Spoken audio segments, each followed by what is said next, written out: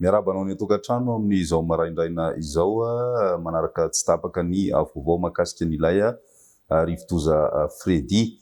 Tamin'ity marain'ity zany tamin'ny 3 ora maraina teo dia tany amin'ny 7:20 kilometatra ndrefana somary atsimo andrefany Tuiliara no misy ny fohibeny. Raha ny sary hitantsika amin'ny zana-bolana dia somary niany velatra zany izy ity na dia ataontsika hoe mihamanalavitra ny morontsiraka ka vokatrizay dia mbola mahazo vahana tanteraka aloha zany ny orana miaraka amin'ity rivodoza ity amin'iny morontsiraky ny faritra atsimo andrefana iny. Ny tanjakany ihany koa niakatra ho 100 kilometatra isan'ora zany zao ny rivotra miaraka aminy, misy tafiotra hatrany amin'ny 710 kilometatra isan'ora.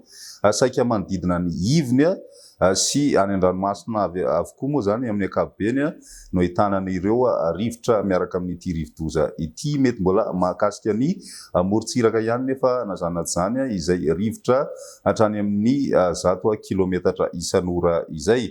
Manoloana zany rehetrarehetra zany dia mbola tsy foana na ataontsika hoe manan-kery hatrany zany ny fampitandremana na ny filazana loza mahakasika azy ity, ka manan-kery zay ho an'ny distrikany Morombe, Toliara voalohany sy faharoa ary ny any Betioka ny filazana miloko mena na loza mitatao.